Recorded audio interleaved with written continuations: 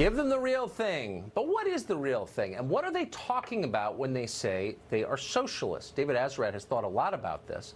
He's director of the B. Ken Simon Center for Principles and Politics at the Heritage Foundation in Washington, and he joins us tonight. David, thank you for coming on. So all of us have watched kind of slack-jawed as a growing number of ascendant Democratic politicians have embraced socialism. What are they saying when they say they're socialists? What does that mean? I think you should look at the policies they support rather than the labels they use. And there you'll find that what they're calling socialism is basically just liberalism. They want more regulations on the private sectors, and they want bigger entitlements. So basically, socialism has become a synonym for a more aggressive, self-confident brand of liberalism, and it's definitely spreading.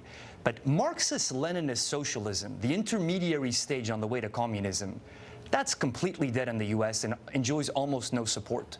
So I would tell my friends on the right not to panic that this is not the birth of communism.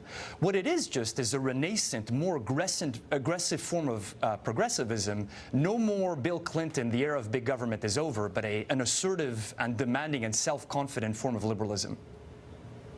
It does seem like, though, somebody has failed. Maybe it was parents, maybe it was teachers, maybe it was both, in making the term socialism unacceptable. I mean, no one is espousing Nazism. That's been obviously discredited, and for good reason. Socialism, self-described socialists, murdered tens of millions of people in the last 100 years. Why is the word itself not more verboten?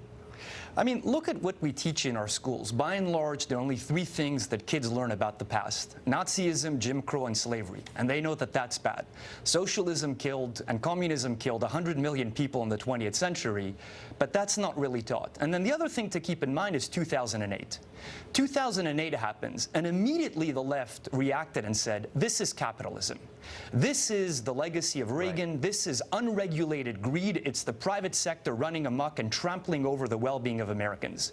And then the pollsters come along and they give the American people a choice between capitalism, which to many on the left and to millennials means 2008, or socialism, which has come to mean kind of, we're all in this together, we take care of one another, or the government gives us free stuff. And people say, well, I sure as hell am not going to support capitalism, therefore I'm going to support socialism. I think it's more an indictment of our failure to properly teach history. And look, the fact also that words evolve and their meaning changes over time. And I think today, for a lot of people, socialism just means big government. Libertarians and some conservatives never really reckoned with the deep resentment about the bank bailouts, I always thought.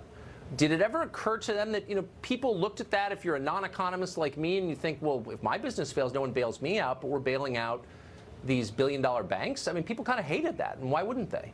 And I also think we didn't offer a simple counter-narrative. I mean, there have been very intelligent and profound explanations offered on the right by economists of what happened. But to put it bluntly, what's our talking point?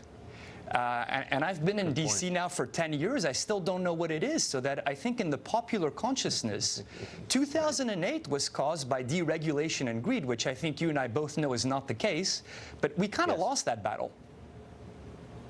David Azerrad, one of the smartest observers of all this. Thank you for joining us tonight. I appreciate it. Thank you, Tucker.